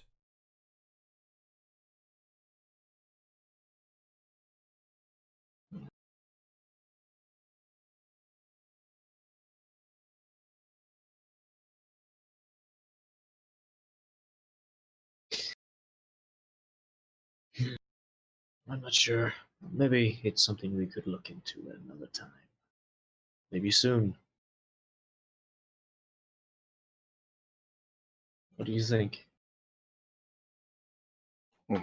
First, get our friendly Kalindra back into walking order, and then look for some kind of cart. All right. I do think we will need. Does sound like we will need to come on an expedition. Expedition that will take at least a month into the plains or down south. But that's the idea. There's going to be an expedition at some point. We're going to need to get our supplies. But in the meantime, we have our little chores and stuff to do.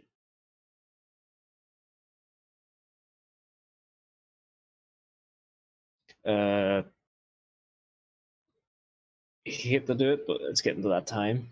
Yeah, no, I was Sorry, actually just thinking of You just saw it. getting to the point where we can end.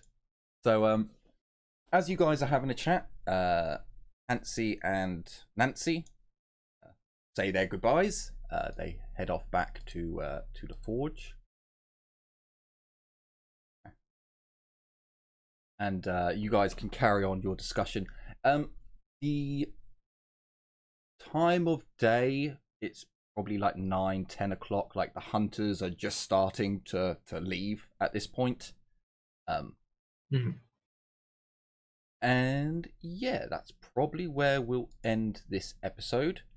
We might skip another day or so, maybe give it a week so Kalindra could at least get a hit point back. We'll double check about that. I'm pretty sure it's a hit. No. At least one. No, I think it is a hit point until she gets out of heavy damage. No. Sorry, she's dedicating a week to her recovery, so she gets her toughness bonus back. Yeah, I think she gets her toughness bonus back if she dedicates a week to recovery. So we've done bollocks. I should really write down what day we started on. I think we've skipped over 4 days, so we might give it another 3 days, and then she's at least had a week to recover. That or next episode, you guys will be making a trek up to the up to your other base. Well, after this night, I would probably go to the medical base and see what we can do there. Okay, so in the next episode, we'll be moving our group over to the Archaeotech facility, and we'll see what mischief our group can get up to then.